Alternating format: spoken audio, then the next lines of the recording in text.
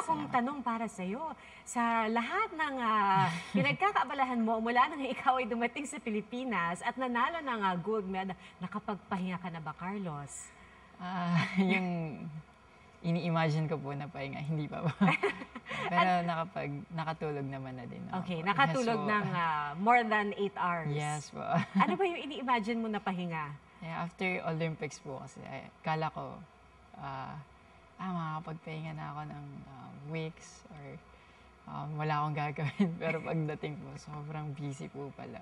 So, ang idea mo ng pahinga is yung nasa bahay ka lang buong araw, wala kang kailangang gawin. Yeah, ganun po yung naisip. So, pero at least, alam naman namin na yung dahilan kung bakit wala kang pahinga dahil nakapag-uwi ka ng 2 gold medals. Salamat po. So, nag-sink in na ba sa'yo na ikaw ay 2-time gold medalist? Yes po.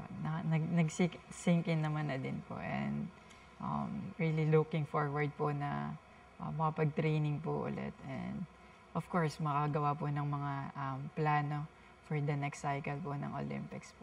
Wow, ngayon pa lang iniisip mo na yon yung mga preparations already for the next Olympic cycle? Medyo pa lang naman po. Okay. Hindi naman po naka-focus doon. Yeah. Gusto rin namin sanang malaman kasi syempre nung nanalo ka ng iyong 2 gold medal, bumuhos lahat ng mga rewards, Yes, mga po. biyaya, mga gantimpala para sa'yo. Naikwenta mo ba lahat, Carlos? At saka naplano mo ba kung paano mo gagamitin lahat yon? About doon po, hindi ko din po talaga expected na ganun po yung mga parangal po sa akin na ibibigay. Kasi sa Olympics po talaga, gusto ko lang po manalo talaga ng medal. And yung medal po itself, yung pinapangarap ko po since 12 years old po ako. Grabe, hindi ko po matake. Sobrang thankful and grateful po na from 12 years old po.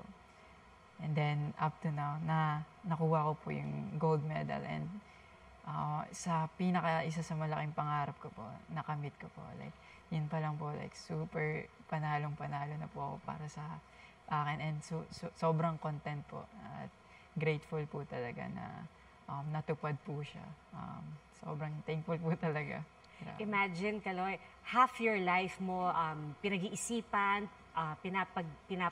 pinapangarap ang ganitong klaseng moment. Nung nandun ka na, nalaman mo na ikaw ay nanalo ng gold medal, was it everything that you had dreamed of? Was it more? Meron ka bang mga iba pang in-expect sa moment na yon? Nandun po talaga, yung moment na po yan. And yung naging journey ko po talaga papunta doon. Yung matetreasure ko po talaga. And yeah, yung resulta po, ayun din po yung resulta ng naging journey ko. Yung mga napaghirapan ko, ups and downs, iyak, pagod, pawis at tugo po. Lahat po ng nilaan kong oras po sa pagpapractice, pagsasakripisyo po sa oras na pinapahinga ko dapat pero nagpa-practice ako. Super worth it po talaga lahat po. Nabanggit mo yung mga paghahanda mo, lahat ng sakripisyo, dugo at pawis dahil syempre hindi naman talaga madali eh. Yes po. Nung pinapanood namin yung performance mo sa Olympics, dun sa floor exercise, pagkatapos ng routine mo, ginawa mo na yung signature move mo na yun, di ba? Yung ganyan, yung dalawang kamay nakataas. Na parang alam namin na very happy ka dun sa performance mo. Ibig ba sabihin nun, Carlos, nung nakaganon ka na, ramdam mo na ayan na yung gold, napakalapit ng gold. That time po talaga, bago kasi ako mag-start po sa floor, nakita ko na 14-9 plus yung score nung competitor po. I was focus na lang ako sa sarili ko. And then, pakita ko kung ano yung pinractice ko. And then, yung after po talaga yung post ko na po yun. Kasi sobrang kaba po ba? Sobrang kaba, yung pressure nasa akin lahat. And then, nagawa ko, sa moment na yon nagawa ko po. So, sobrang saya po talaga. Pero hindi ko alam na mag-gold ako. Malaki po yung chance na makapag-gold. Pero sa sobrang hirap po maka 15 plus na score this cycle kasi sobrang higpit po talaga ng mga judges. Yan, nakita ko po sobrang saya ko po talaga. And puro emotion na po yung sumunod kapag tas po nun eh. At nakita rin namin yung pagbati rin sa'yo ng mga kapwa gymnast mo in the same event. Talagang tuwang-tuwa sila. At parang alam na nila eh. Nung nakita nila yung more than 15, di ba? Higher than 15 yung score mo. So parang ramdam na rin nila na parang mukhang na kay Carlos na ang medal na to. Curious ako kung kayo ba magkakaibigan na rin kayo? Kasi I'm sure nagkikita rin kayo sa iba't ibang events, hindi lang sa Olympics. Yes po, yes po. Super po ng gymnastics community. Like, parang magkaka-teammate po yung turingan. Like, every time magkikita, nagbabatian po talaga. And na-appreciate po namin isa't isa na lahat kami may pinagdadaan ng nahihirapan sa training, financial, syempre yung sa mental po talaga. Na-appreciate po namin yung hard work ng isa't isa. So, parang bigay na lang po na yung sportsmanship po ba, na nandun kami. Nagsasaya habang nagko-compete. And kino-congratulate po talaga yung isa't isa. Kamayan, nag-hugs po minsan. And syempre yung iba po doon talagang ka-close ko, especially si Jake. Team So si GB. Jake talagang Yes, kaibigan mo na noon pa? Na-meet ko po siya parang 2018 po eh. Mag-18 years old ako. And nakakompete ko siya. And especially nag-training camp po kasi ako sa gym nila. So yung relationship po namin, mas lalong naging okay po eh. Nung after ko mag-training camp po eh. Factor din ba yung kasi meron din siyang dugong Pinoy? Siguro po, pero hindi po yung pagtanggap po nila sa akin doon, pag-accommodate po. Na-appreciate ko po sila doon. And mas natutunan ko po yung mga tinuro niyang skills sa akin. Especially sa boat, nahirapan po kasi ako sa boat.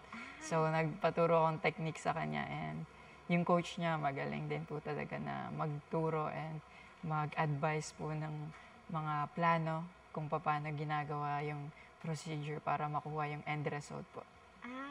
Pag sinabi mo nahirapan ka sa vault, ibig mo ba sabihin parang isa yun sa, parang kumbaga, not your strongest event talaga dahil alam namin floor ang paborito mo, di ba? So, yung vault, pang ilan yun sa rango ng mga events mo? Actually, floor vault, magka-bracket po talaga sila ng, yung sa second vault ko po kasi nahihirapan talaga ako sa kanya, hindi siya consistent talaga. So, nagpaturo po ako kay Jake nung nag-training camp po ako. And nakatulong naman po yung technique niya po talaga. Nag-thank you ko ba sa kanya pagkatapos ng awarding ceremony? Sabi ko, turuan niya pa po ako. Kasi mataas po yung vote niya din eh. And, if may chance pa na, may time pa po talaga, willing to try that vote po, yung ginagawa niya po. So, payag naman si Jake. Yeah. Naman po, open naman po siya mag-share po. Wow! So ngayon, Carlos, na nakuha mo na yung 2 gold medal, lahat ng gantimpala na kaakibat nito, parang isang bagsakan mo nakuha lahat, di ba? Itong mga, yung condo unit, may cash prizes ka, tapos iba't ibang endorsements, free food, tapos iba pang mga prizes. Napag-isipan mo ba kung paano mo gagamitin? Pinano mo ba kung paano mo gagamitin yan? Nakauwi ka na ba dun sa condo mo? Natulugan mo na ba? Di ba po? Hindi pa? Yes, pwede po.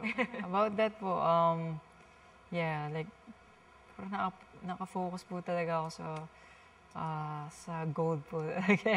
Grabe, hanggang ngayon, kahit nag-sink in na po siya, di pa rin po talaga ako makapaniwala na nasa kamay ko po yung 2 medalya na pinaghirapan ko po. And super grateful po talaga sa naging journey ko. Thankful sa sarili ko din and kay Lord, of course. Hindi ako pinabayaan at hindi ako sumuko po. Naging bonus na lang po yung mga rewards na binigay sa akin. And super thankful po na na-recognize po yung mga athletes. Hindi lang po mga athletes, yung coaches and yung mga staff po, mga NSA na na-recognize po sila ng government po natin. And really grateful. Tsaka excited po na masuportahan po yung mga ibang athletes po na willing po na makapag-Olympics din po kagaya namin po. And speaking of yung iba nating athletes, iba pang mga taga-Team Philippines, alam ko na nasa Olympic Village kayo. Magkakasama ba kayo sa isang bahay sa Olympic Village? May, each country po may sarili-sariling building po. Okay. So, yes po, Team Philippines may sariling building. Sino po. yung mga nasa katabing kwarto mo? Mga boxers ba? Yung ating swimmer? Yes po, boxers, athletics po, and swimming. So nakikita rin kayo? Yeah, nakikita po. So pag Yeah, gano'n, madalas. kwento mo naman sa amin yung experience niyo doon sa Olympic Village. Nagkukwentuhan ba kayo? Parang, ito ginawa ko ngayon. Tapos na ako sa qualifying ko. Kamusta yung sa'yo? Actually, like, hindi rin po ako, nasa loob lang po ako madalas po. Kasi kailangan nakafocus. Hindi naman po, parang lang din po, to conserve yung energy din. Okay, so doon yung plane ride nyo pa uwi, ayun, medyo nagkakwentuhan na kayo nun. Yes po. Sino yung mga pinaka naging kakwentuhan mo or ka-close mo sa Team Philippines? Yes, Kuya Yumir. Si Yumir, okay. It's Kuya Yumir Ate Nasty. Oo. And it's Kuya AJ. Kasi excited po talaga ako na makita si Kuya AJ. Kasi parang hindi ko po siya nakikita at all. Pabalik-balik po siya eh. So, patalan-talan po ng country. Hindi ko po siya talaga nakikita. So, nung nakita ko po, like, ang dami ko tinanong, kamusta ka po? Kamusta po yung health niyo? And thankfully, okay naman po siya. Alam ko, nahirapan din po siya sa journey niya na to and super proud ako sa ginawa niya. Grabe po yung respeto. Yung mga athletes po talaga natin, sobrang nire-respeto ko sila and ni-inspire po nila ako sa training, sa kwento po nila. Alam ko may kanya-kanya po kaming hinaharap na paghihirap po and nandyan din sila kagaya ko and ako din mismo nakalinya sa kanila. Sobrang proud and grateful po talaga eh. Na-enjoy niyo ba yung homecoming parade ninyo? Parang ilang oras kayong nandun yan sa ibabaw ng float pero magkakasama kayo. Parang enjoy kayo dun sa moment. Yeah. Super, na-appreciate ko po yun. Maraming Pilipino po na, especially mga kabataan po na pinapanood kami, sinusubaybayan, nakasuporta at pinagdadasal po kami lahat. Kaya sobrang salamat po talaga sa inyo lahat po. Alam mo, Carlos, marami ngayon yung mga kabataan na naeengganyo na mag-gymnastics dahil napanood ka nila. At dahil rin sa'yo, parang namulat ang marami sa gymnastics na parang, it's a sport that we can excel in and it's a very exciting sport. Ano yung pakiramdam na ikaw ang nagbukas ng pinto para sa mga kabataan natin na mapasok itong sport na ito? Sobrang honored po and grateful. Grabe. Isa din po bukod sa pagiging Olympian and maka-gold sa Olympics, isa din po sa goal ko yung makilala yung gymnastics sa Pilipinas and makapag-produce po tayo ng magandang resulta international, makilala sa international. So yung step na to po, like sobrang nakaka-proud po bilang atleta po na isa yun sa mga pangarap ko din. Wini-wish ko po talaga na i-try po nila mag-gymnastics. Sobrang saya mag-gymnastics. And matutulungan din po tayo na kahit hindi ka magpatuloy sa gymnastics kung may iba kang sport. Like, maganda siyang starting po talaga. So like, ni-encourage ko po talaga mga bata. Kahit di gymnastics, okay lang po. Basta pumasok po sa sport, okay na po ako din po. Pero ikaw, Carlos, bakit gymnastics ang pinasok mo? Alam namin yung mga kwento na nag-umpisa ka sa Manila, sa isang gym. Pero ano ba yung talagang unang naging dahilan kung bakit ka naging interesado sa gymnastics? May nakita ka ba? Meron ka bang inidolo? Yes po. Pumasok po kami 2007 po. Pero hanggang 2012 po, parang naglalaro lang ako, ganun. Pero noong 2012 po kasi, first time ko makapanood ng Olympics po. And then, then, doon po talaga ako na sabi ko, gusto ko rin maging kagaya nila, mag-compete sa gantong level, and syempre, makakuha po ng gold medal. Yeah, doon po talaga nag-start akong mangarap po, nung 2012 po. Pero yung 2007 na una kang let's say, tumbling, handstand, ganyan, sinubukan mo lang kasi may iba kang nakitang gumagawa rin noon? Or napasama ka ba sa isang camp? Hindi po, uso po before yung breakdancing po sa mga piyesta-piyesta po. Yung mga nagtatumblings po. So kami po, mga pinsan ko, kaibigan, parang nag-try po kami sa playground po. Sa tapat po ng Manila Zoo. And then, palagi kami dinadala po doon ng lolo ko po. So, doon kami nagtatry hanggang sa matuto po kami ng mga basic po. Pero hindi yung magandang basic po yung natutunan namin. Parang back handspring, salto, front salto, doon po sa damuhan lang po. Okay. Teka, nag-breakdancing ka ba? Sumali ka ba sa breakdancing? Hindi po Okay. Like, hindi po siya yung technically sayaw yung nagustuhan ko Yung tumbling mga talaga. stunts po, yung gusto kong matutunan po talaga. Oo. So, ngayon na nandito ka na at marami nang interesado sa gymnastics, may mga binabalak ka ba na programa para sa mga batang atleta? Mga center para sa kanila? Yeah, parang clinic po. Parang training camps po yung naiisip ko din Siyempre, with the help of President Cynthia Carrion po, ipaplano po namin and for sure tutulungan niya naman po ako. And yeah, gusto ko din ma-share yung knowledge na natutunan ko po sa naging journey ko. And syempre, to have fun din po yung mga bata. And mismo ako na ma-enjoy ko yung pag-share po ng naging journey ko po. Oo.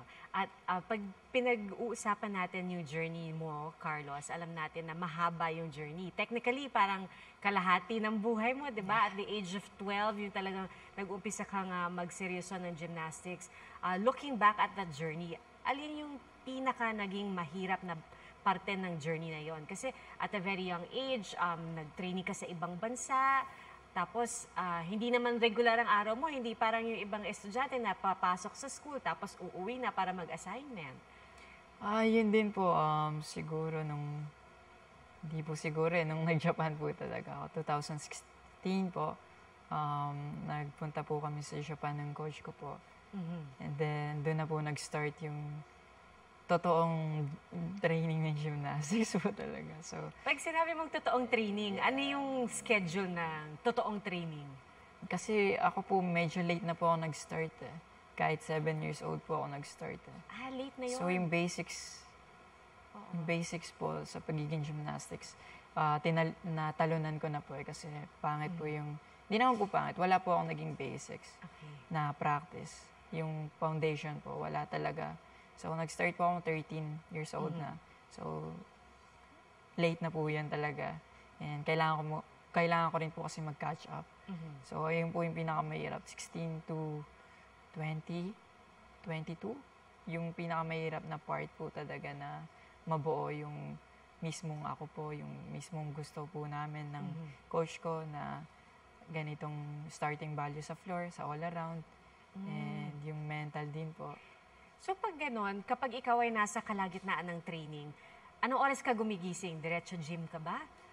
2 beses a day ba yung training? Yes po, 2 times a day po yung practice po. Pero nung high school po ako, syempre may school din po So school po, tapos diretso practice. And paulit-ulit po. And nung college naman po, medyo maluwag na din naman na po kasi. So umaga at hapon po yung practice ko po. Oh, ilang oras ang practice mo after school? That time po, 4 to 5 hours po. Oh, okay. And then, nung natapos na po ako mag-school, 6 hours po. Tapos, training. meron ako nakitang video na marunong ka palang magsalita talaga ng Nihongo. Konti lang po. Hanggang ngayon, kaya pa. Kaya pa naman po pag nakakausap po ng mga... So, maiintindihan mo kapag may nakipag-usap Yes sa'yo? po. Pero, mahirap na po yung... Pag magsalita, mahirap din po. Kaya mo magsulat ng Nihongo? Kaya pa naman po siguro. Pero, feeling ko nakalimutan ko na po yung ibang Yung iba. mga kanji po. Oo. Well, speaking of yung experience mo sa Japan, naging very close kayo ng coach mo. At tama ba yung mga balita na ikaw ay may balak na bumisita sa iyong coach sa Japan? Yes po, napag-usapan din namin po ni President Cynthia Carian na na magbigay ng pasasalamat, pumunta and kamayan po sila na salamat sa support ang binigay nila sa akin.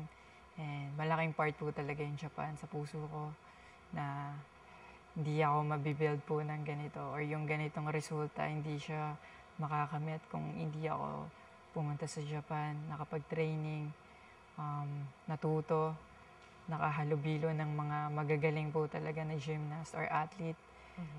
Kaya, pinaplano po na pumunta para magpasalamat po talaga sa support ang binigay po nila sa akin po. Pero sa ngayon, nakausap mo na ba si coach? Yung coach mo from Japan, hindi pa? Hindi pa. rin po. Parang okay. Kami na lang po ni Ma'am Cynthia na magsha-show up po doon. Surprise na lang. Yes po. Pero nung pumunta dito ang Japanese ambassador, alam nila kung ano yung naging papel ng Japan sa training mo at tuwang-tuwa sila na naging bahagi sila kahit paano Yes ng po. iyong training, experience.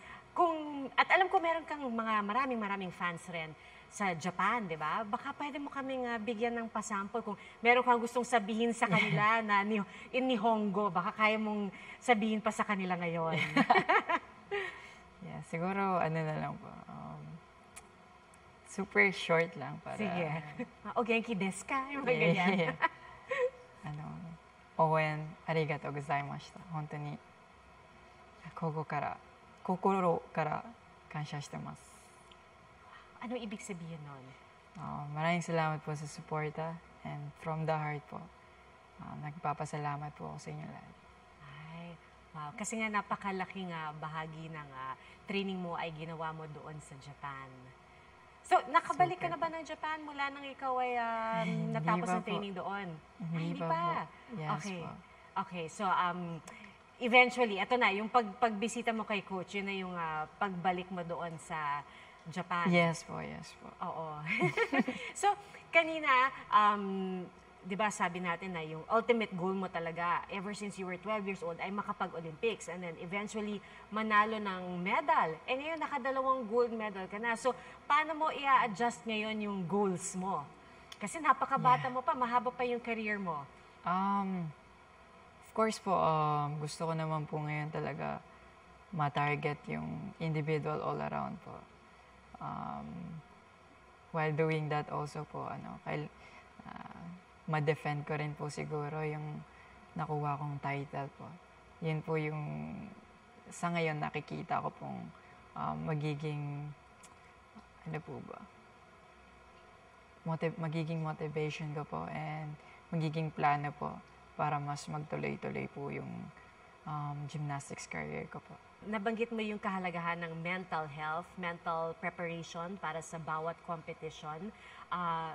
Ano yung routine mo pagdating sa mental preparation? Kasi napag-usapan natin yung physical preparation mo. Paano naman yung sa mental preparation? Yun nga po, di lang siya basta sa skills po eh.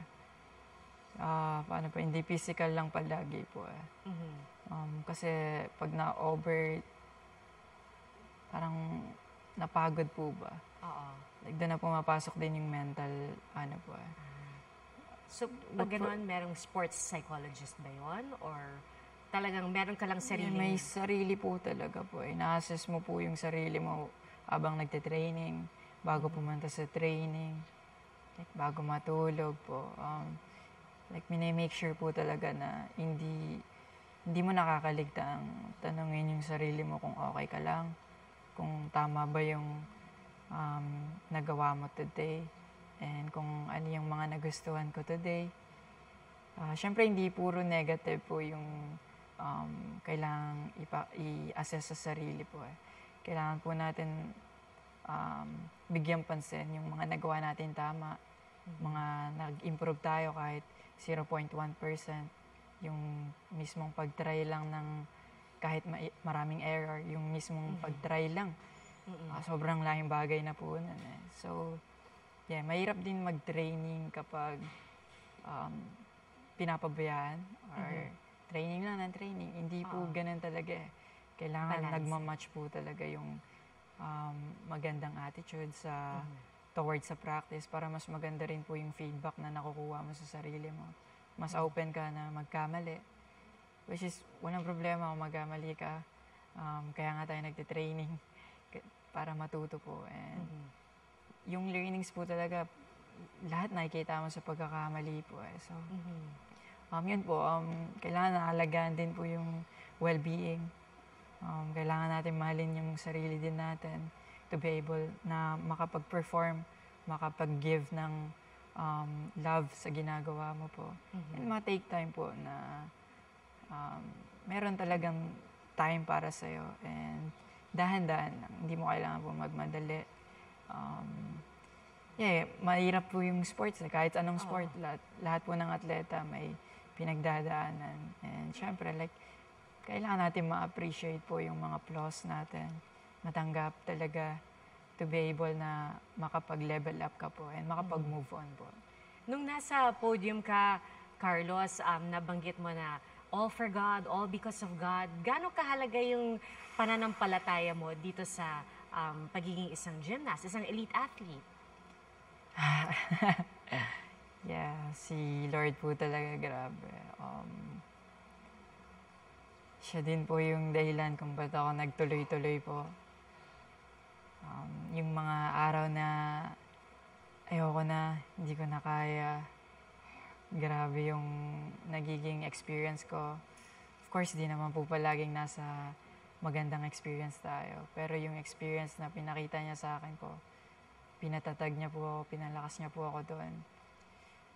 And binigyan po ako ng lakas po talaga na hindi mag-give up sa kung ano yung pangarap ko. Nag-guide po ako, protected po. And binigyan niya po ako ng mga tao na magiging makakasama ko po para masuportahan yung pangarap ko and yung mental health ko po. Sobrang siya po yun lahat po. Lahat po ng nagawa ko sa Olympics, sa career ko ngayon. Dahil po kay Lord yun lahat. Sinave niya po ako and syempre inalalayan.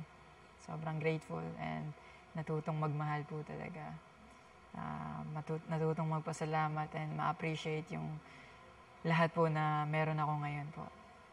Nako, Carlos, maraming salamat sa pagbahagi ng lahat na ito. Ang huling tanong na lang namin para sa iyo dahil napakarami ngayon ang tumitingala sa iyo. Gustong maging tulad ni Carlos Yulo. Ano ang mensahe mo sa mga kababayan natin na sumuporta sa iyo, lalo na doon sa mga kabataan na gustong maging tulad mo balang araw? Sa mapa-atleta po, sports, mapa-education po, work, ganyan. Lahat naman po tayo may kanya-kanyang pangarap, kanya-kanyang gustong makamit sa buhay. Pagpatuloy lang po natin. Hindi po madali yan yung proseso. Mahirap din mag-progress. It really takes time talaga.